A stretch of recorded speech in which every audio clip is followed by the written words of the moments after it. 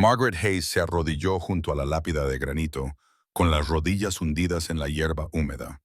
El nombre grabado en la piedra decía Eliza Rossi, con unas fechas que hablaban de una vida truncada demasiado pronto. Las manos curtidas de Margaret colocaron las flores silvestres que había recogido al borde de la carretera. Flores amarillas y moradas que no costaban nada, pero que aportaban belleza a este lugar tranquilo. Durante el último año, Margaret había hecho esta peregrinación todos los domingos. Lloviera o hiciera sol, acudía a este cementerio situado en lo alto de una colina con vistas al valle, llevando consigo las flores que encontraba o que podía permitirse, y las colocaba con delicadeza junto a la tumba. Hablaba con Elisa mientras trabajaba, con voz suave en la quietud de la mañana. Los colores del otoño están empezando a aparecer, dijo Margaret, ajustando un tallo. Siempre te encantó esta época del año. Decías que te recordaba que los finales también podían ser hermosos. A Margaret se le empañaron los ojos al recordar. Eliza había sido su enfermera durante aquellos terribles meses en los que su marido, George, estaba muriendo de cáncer.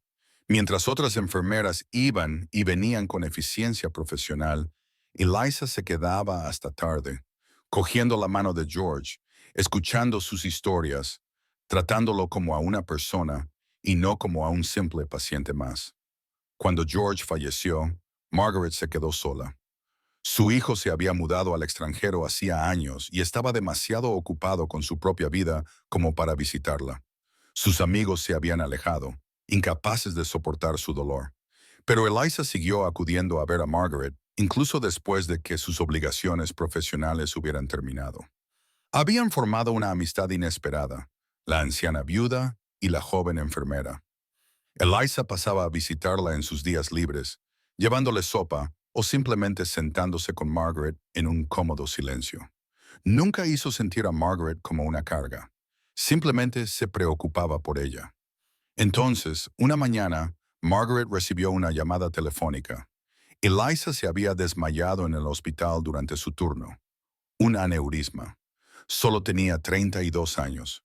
Margaret asistió al funeral, de pie al fondo de la multitud, observando a un hombre vestido con un traje negro que sostenía en brazos a una niña pequeña que no dejaba de preguntar por su mamá. Margaret se dio cuenta de que debían de ser el marido y la hija de los que Eliza había hablado, la familia a la que ella había sido tan fiel. Después de ese día, Margaret comenzó su ritual dominical. Era la única forma que conocía de honrar a la mujer que le había mostrado una amabilidad tan inesperada. Ojalá hubiera podido hacer más por ti, susurró Margaret, tocando la fría piedra. Me diste tanto y yo tenía tan poco que ofrecerte a cambio.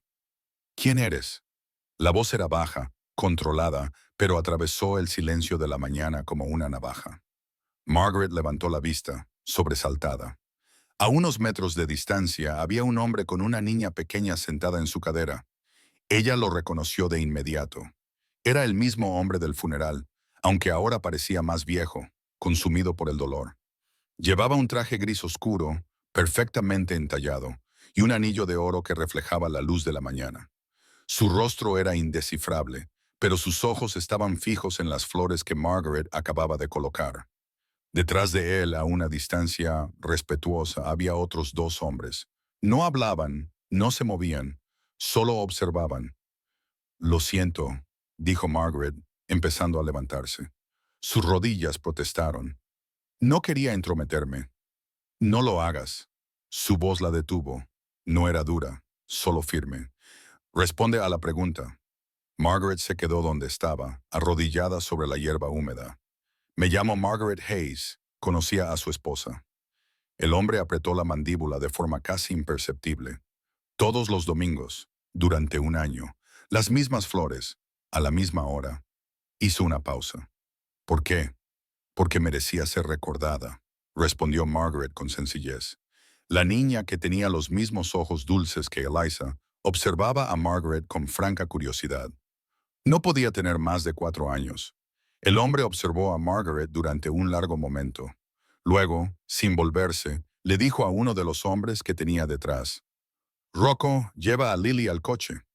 El hombre más corpulento se adelantó con suavidad y cogió a la niña con cuidado. «Vamos, Pícola, Vamos a ver los pájaros. Cuando se quedaron solos, la expresión del hombre cambió ligeramente. La dureza permaneció, pero algo más apareció debajo de ella. Algo crudo. Dante Rossi, dijo. Su marido. Lo sé, dijo Margaret en voz baja. Te vi en el funeral. Entonces sabes que no te recuerdo allí. Me quedé atrás. No creía que encajara con la familia. Dante entrecerró los ojos.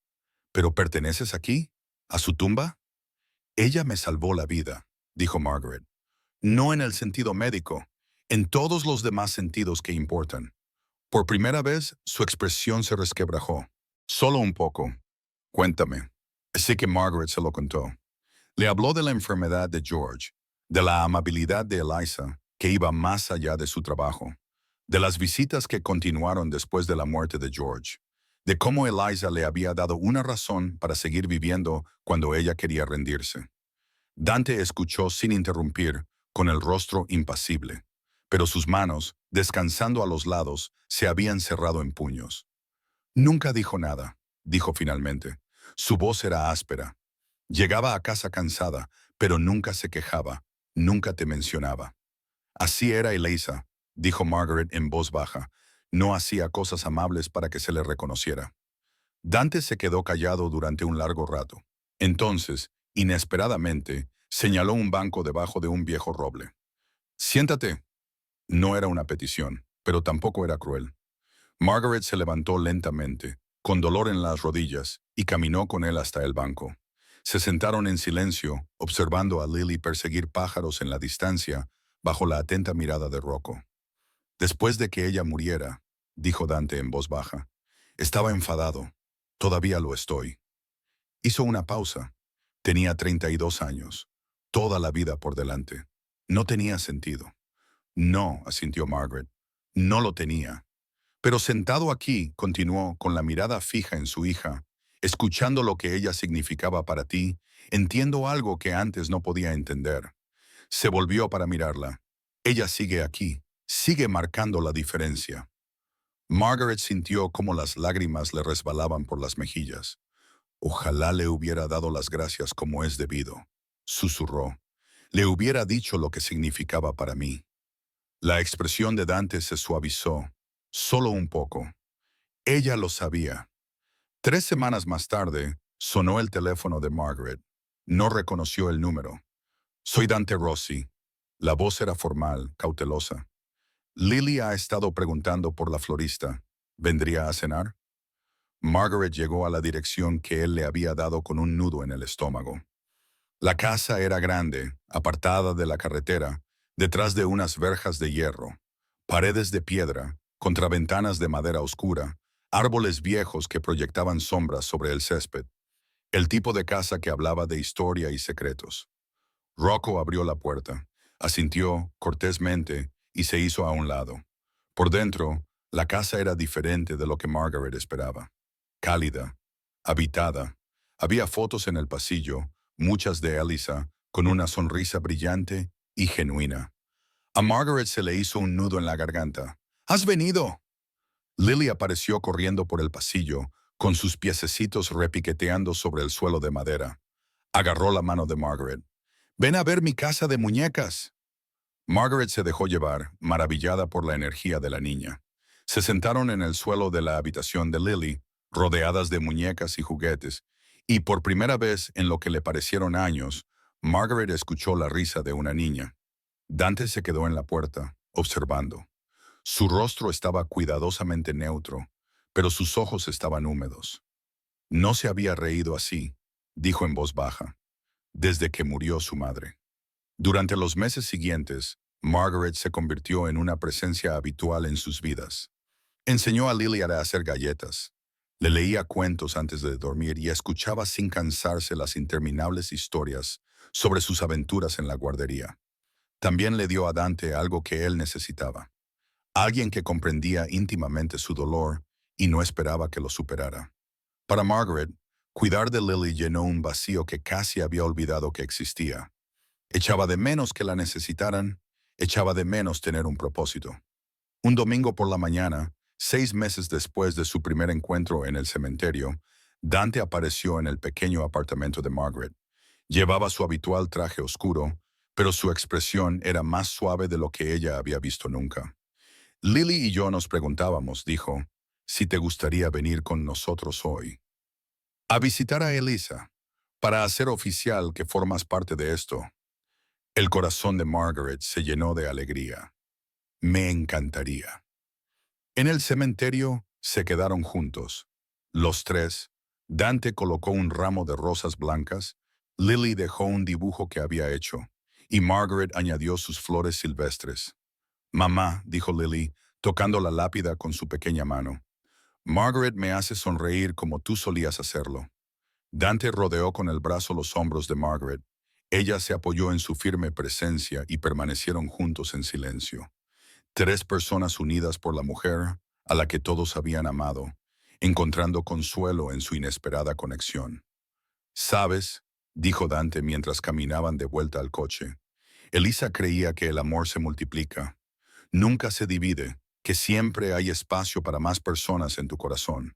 Tenía razón, dijo Margaret, tomando la pequeña mano de Lily entre las suyas. Tenía razón en tantas cosas. Un año después, Margaret se mudó a la suite de invitados de la casa de Dante.